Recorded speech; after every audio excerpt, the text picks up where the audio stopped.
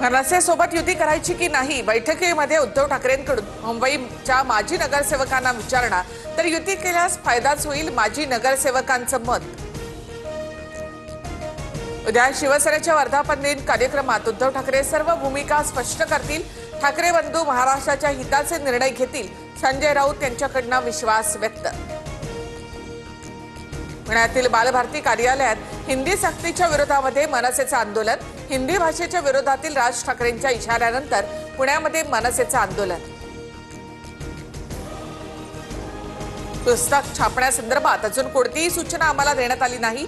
छापलेली पुस्तकं हिंदी भाषेतील विद्यार्थ्यांसाठी आहेत, मराठी विद्यार्थ्यांना दिली जाणार नाहीत। बालभारतीमधील अधिकाऱ्यांचं स्पष्टीकरण। इंग्रजीचा पुरस्कार मग हिंदीचा तिरस्कार का? नव्या जीआर मध्ये हिंदी अनिवार्य नाही, कोणतीही तिसरी भाषा भारतीय भाषा असावी, फडणवीसांकडून स्पष्ट। महाराष्ट्रामध्ये हिंदीची सक्ती करणार असाल तर संघर्ष अटळ। मोदी शहांच्या राज्यात हिंदी सक्तीची नाही, हिंदी भाषा शाळेमध्ये कशी शिकवली जाते ते बघूच, राज ठाकरे यांचा इशारा। पहिली ते पाचवी साठी हिंदी सर्वसाधारण तृतीय भाषा असेल। शालेय शिक्षण विभागाचा नवा जीआर समोर, तर हिंदी भाषेऐवजी इतर तृतीय भाषा शिकण्यासाठी 20 विद्यार्थी इच्छुक असणं आवश्यक। शालेय अभ्यासक्रमामध्ये हिंदीची सक्ती कशाला? हिंदी भाषेच्या मुद्द्यावर आम्ही केंद्रामध्ये प्रश्न विचारणार, संजय राऊत यांची माहिती। तर नव्या आदेशात हिंदी अनिवार्य हा शब्द कुठे आहे? दादा भुसे यांचा सवाल। टोकाची भूमिका घ्यायची इच्छा नव्हती, लोकांना सोबत घ्यायचा दृष्टिकोन ठेवला असता तर ही वेळ आली नसती। माळेगाव कारखान्याच्या निवडणुकीमधील अजित पवारांच्या भूमिकेवरून शरद पवार यांचा टोला।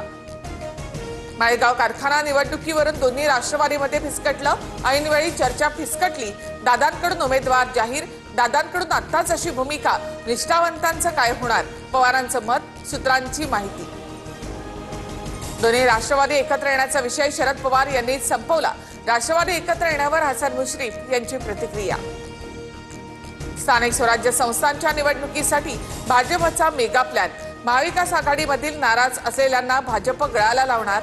महाविकास आघाडीचे बडे नेते भाजपच्या संपर्कात, भाजपच्या वरिष्ठांची माहिती। लाडकी बहीण योजनेसाठी आदिवासी विकास विभागाचा निधी वळवला नाही, निधीसाठी आलेल्या फाईलवर मी सही केली नाही, विजयकुमार गावित यांची प्रतिक्रिया। देहूमध्ये संत तुकाराम महाराजांच्या पालखीचं पंढरपूरकडे प्रस्थान। टाळ मृदंगाच्या तालावर भक्तिमय वातावरणामध्ये वारकरी तल्लीन। मुख्यमंत्री फडणवीसांच्या हस्ते मंदिरामध्ये पूजा। पहिल्या 200 प्रवासासाठी 3000 रुपयांचा वार्षिक फास्टॅग पास। केंद्रीय मंत्री नितीन गडकरी यांची घोषणा। फक्त राष्ट्रीय महामार्गांवर हा पास लागू असेल। कॅनडामध्ये G7 शिखर परिषदेच्या दरम्यान जागतिक नेत्यांसोबत पंतप्रधान मोदींचा फोटोशूट। 51व्या परिषदेसाठी जगभरातील शक्तिशाली नेते उपस्थित। मोदी आणि इटलीच्या पंतप्रधान मेलोनी यांच्यामध्ये चर्चा। ऑपरेशन सिंदूर अजून संपलेलं नाही, भारत आता दहशतवादाला युद्ध म्हणूनच पाहतो, मोदींनी ट्रम्प यांना फोनवर सांगितलं। विक्रम मिस्त्री यांची माहिती। मोदींकडून ट्रम्प यांना भारतामध्ये येण्याचं निमंत्रण। जळगावमध्ये चांदीच्या दरात विक्रमी उच्चांक।